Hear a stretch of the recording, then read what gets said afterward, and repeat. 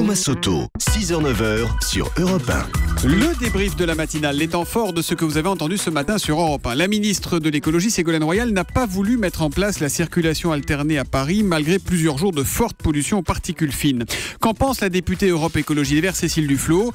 Eh bien écoutez, elle était mon invitée donc à 7h15 pour la question qui fâche sur Europe 1. C'est une erreur. Cette décision, pour moi, je la trouve à la fois consternante et regrettable et même incompréhensible. Ségolène Royal a été plutôt allante sur un certain nombre de sujets il y a quelques années, mais ses dernières décisions en tant que ministre de l'écologie me surprennent. C'est incompréhensible quand on a les moyens de le faire, de ne pas le faire. Alors Ségolène Royal n'a pas apprécié, elle a répondu avec un tweet. Qu'est-ce qui a été fait de concret dans la circonscription où elle est élue pour le transport propre tous les jours?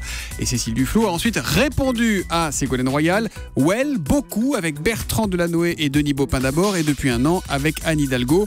La polémique se poursuit entre les deux femmes. L'éclipse, c'est donc pour bientôt, et vous avez encore beaucoup de questions sur le sujet. Yann nous demande sur Europe1.fr s'il est possible, par exemple, de prendre une photo ou de filmer cette éclipse sans risque. Laure d'Autriche, quelle est la réponse à cette question? C'est assez risqué, effectivement, de prendre une photo si vous ne regardez pas le soleil avec ces lunettes spéciales dont on a parlé, avec ces lunettes avec un filtre solaire.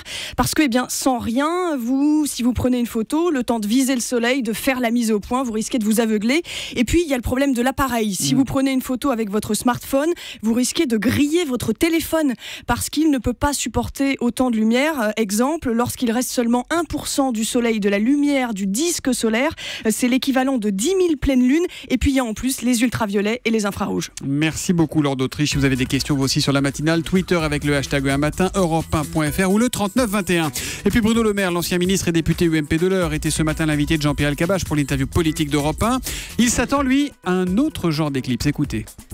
Il y aura une éclipse totale du Parti socialiste dimanche, qui est due tout simplement à la manière dont François Hollande et Manuel Valls font de la politique depuis 2 ans et demi, qui est une manière totalement dépassée, obsolète, dont les Français ne veulent plus.